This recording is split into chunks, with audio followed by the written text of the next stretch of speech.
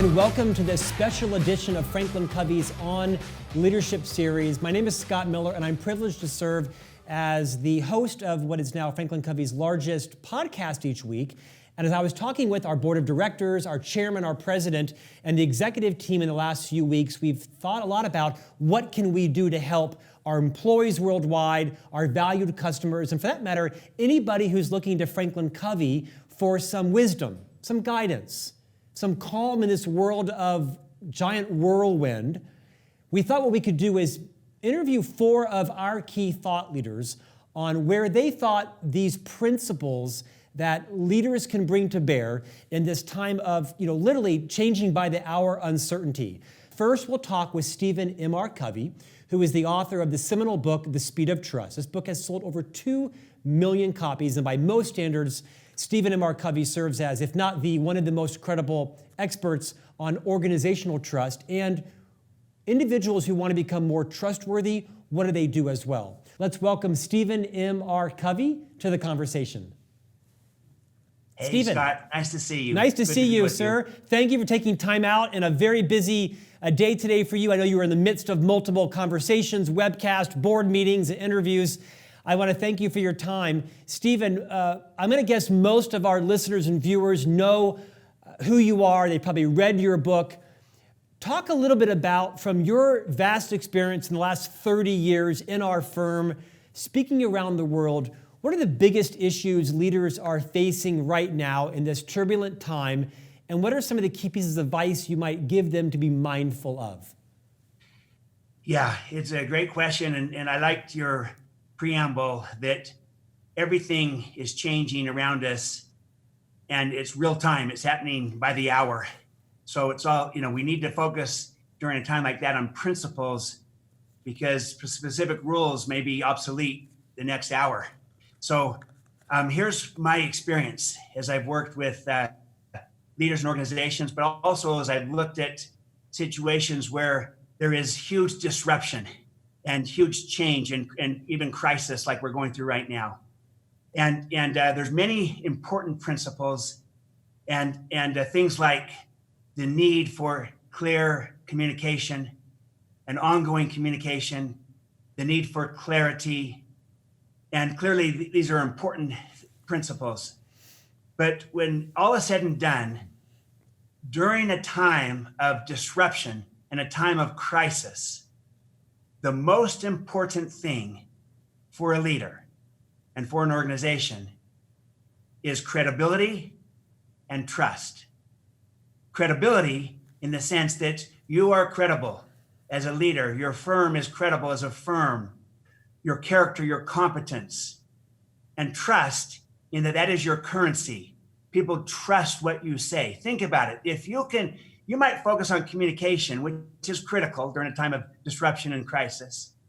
But if you're not credible, when you communicate, people don't believe what you're saying.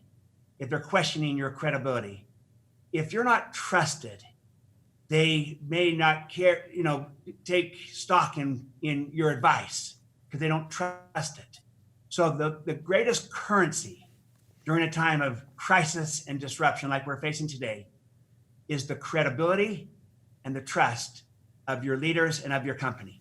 That's the most important thing to focus on during a time like this. Stephen, we hear this phrase of how you can't over-communicate. But the fact of the matter is you can probably over-communicate if you're not speaking with credibility and a clear voice. What advice would you give to leaders on how to make sure that they're communicating properly and speaking with credibility and trust? Yeah. And the idea of you can't over-communicate, there's merit to that, but you are exactly right. If you're not trusted, because you're not credible, then the communication could actually backfire. You could be digging a hole that gets deeper because they don't trust what you're saying. So starting with yourself and starting with your leaders and focusing on your credibility first. See, even credibility and trust are two sides of the same coin, but it starts with credibility. And that's a function of both your character and your competence. And if I go deeper, in Speed of Trust, as you know, I talk about the 4 cores of credibility. So from your character, first is your integrity, your honesty, your truthfulness. That's vital during a time of crisis. Second is your intent, and that is your motive and your agenda. And the key principle here is caring. Do you care about the people that you're serving, that you're leading? Do they know that you care about them? If they know and believe that you care, they'll tend to trust you. If they don't, they won't trust you as much. You'll be less credible to them. So caring is so vital. So integrity and intent flow from your character. That's vital to be credible in a time of change. But your competence side is vital too. And that's your capabilities and your results. So your capabilities, are you current? Are you relevant? And in a time like today, we need to borrow strength from experts in public health and medical situations that know this new dynamic, this new world, because most leaders don't. And we can't act like we know something that we don't know. We can't be an expert in an area we're not an expert in. We need to bring strength into that so that we're capable and that we're relevant. And then our results is our performance, our track record. Does that give people confidence that we deliver, that we do what we say we're going to do? So we got to start with ourselves. Look in the mirror, be credible as a leader, and we need to model it. And for example, I need to be open to receiving bad information as a leader and model that, because if I don't receive bad information well the first time, I probably won't get it the second time. If I don't model it to others, then others won't do it with other people as well. So I've got to lead from the inside out, model credibility through my character, through my competence. That's the first starting point, is personal as well as organizational credibility. Stephen, it's a profound piece of wisdom around making sure that you set the conditions as a leader to receive bad feedback, because once you make it safe for others to do that, then you'll be able to operate on real-time information. It will only help your own clarity and your own credibility. Beyond the 4 cores of credibility in the book and in your keynote speeches and in your work sessions, most of us know you illustrate these 13 behaviors that are common to high-trust leaders. Anybody who's been to one of your keynote speeches or the work sessions knows we get these cards that are super actionable. On the front is the actual high-trust behavior, the opposite, and the counterfeit. We don't have time today to review all 13 of these high-trust behaviors. Are there 2 or 3 you might highlight for the audience today to reground everybody who's in a leadership role, whether it's in the office or with your family or in a club or a community or some type of role you play? Maybe pick 2 or 3 and reground us in these. Great. So during a time of crisis and disruption like we're facing today, all of the 13 behaviors are critical, but I'll tell you what, I'm going to just run through my cards myself. I pick 3. Here's the 3 I pick.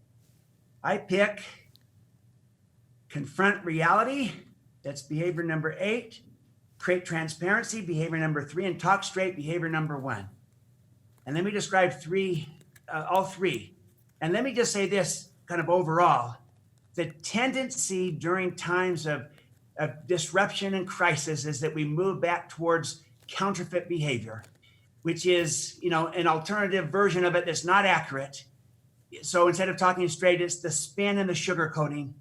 Instead of taking responsibility, practicing accountability, it's the blaming, the finger pointing.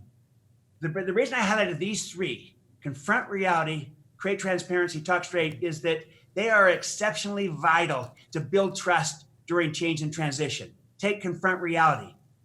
That means we take things head on, even the tough things. We get the bad news. We can't hide it. If we try to hide the bad news during times like now, we will lose the credibility and the trust with our audiences, with our constituents, with our people. They won't trust us.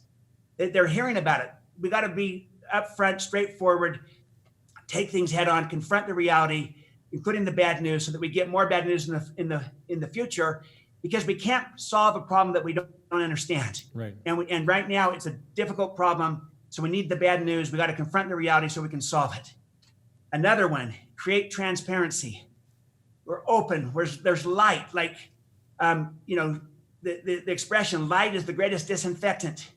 And I love what Amy Edmondson, the Harvard Business School professor, said, is that transparency is job 1 during a crisis. We got to be open and transparent and authentic and real. We can't be hiding things and covering them up, because then people won't trust us. They'll wonder, what else are we hiding? And the best way to do this is to be upfront about it. When we know things, we tell them what we know. When we don't know things, we tell them what we don't know and what we're doing to try to learn about those things and how we're trying to respond to it. We model the transparency. It is so vital to building the trust. And then finally, talk straight. We've got to tell the truth. We've got to call things for what they are. And I especially want to contrast that to, say, the counterfeit here, which is where you might, spin or you might sugarcoat. And you might feel like maybe you're going to be less alarming and frightening to people if you sugarcoat it. But I'll tell you what, if you start to do that, then people, every time you speak, every time you communicate, they'll be wondering, are they sugarcoating again? Is this real? Can I trust this? So get a reputation, especially now that you're going to confront reality. You're going to take things head on, even the bad news, and especially the bad news. You're going to be open and transparent and authentic and real with it so that you keep getting it. And you're going to speak truthfully about it and talk straight. And that way people they might come to this conclusion. They might not always like what they hear from you, but they've learned that they can trust what they hear from you. And that's what we need now. That is our currency. And with that, our ability to communicate will go up. Our ability to connect with our people, to bring and instill confidence in them, will go up. And so, this is not easy. And you can't go to either extreme. You can have the counterfeit in either extreme. You're not trying to become alarmist and confront reality and paint just the absolute worst case scenario and just panic people, because there's an emotional contagion that can be also extraordinarily distressing and can perpetuate itself.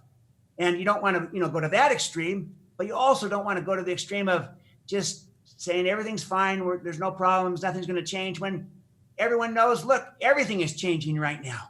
We've got to find that sweet spot on all of these behaviors. But you get that reputation, you communicate in these ways, you will build trust. So I would highlight those three: confront reality, create transparency, talk straight, do the actual behavior, beware, avoid the counterfeits, which so often trip us up during a time of change. And that's how we've got to lead out with this. And you got to model it as a leader, and then you make it safe for others to do. And then we can communicate and talk and create and innovate and collaborate to come up with solutions to the challenges that are facing us. We can be agile and adaptive and responsive and creative, but we can't do that if we don't trust each other. And we've got to, behave in ways that build and earn and keep that trust, especially during times like today. Stephen, superb advice. I'm going to guess a lot of people are thinking, well, they wish that their CEO or the foundation president or their elected officials would be doing all of that. And we hope that they do. But your point is, it starts with you. You want to model what you want to have to see in other people and have the same behaviors in your own team. Stephen, thank you for your time today. Very generous. Stay safe, stay well, and we'll see you back in the future. Thank you, sir. Great. Let me give you one more, Scott, that is so vital today. And that would be this: to extend trust. You got to tell your people and actually demonstrate this, that you trust them. Remote work is about trusting your people. You want to do it with clear expectations and accountability, but there's many organizations that don't allow remote working. Well, that's about to change. And it really is about trust. And you're going to show and demonstrate that you trust your people. The strength of that is they tend to trust you back. When you trust them, they tend to trust you. You don't trust them, they tend to not trust you. So extend trust to your people. Remote work is a good example. If someone's sick and they say they're sick, believe them, trust them, don't require anything more. And it's so vital right now. And when you demonstrate that trust in your people, when you extend it to them, they will give it back to you. And that will build this trust. Distrust is contagious, but so is trust. And we need more trust right now to be able to navigate this environment. So that is vital for leaders, is to model this, start with yourself, your credibility, lead out with those key three behaviors of confronting reality,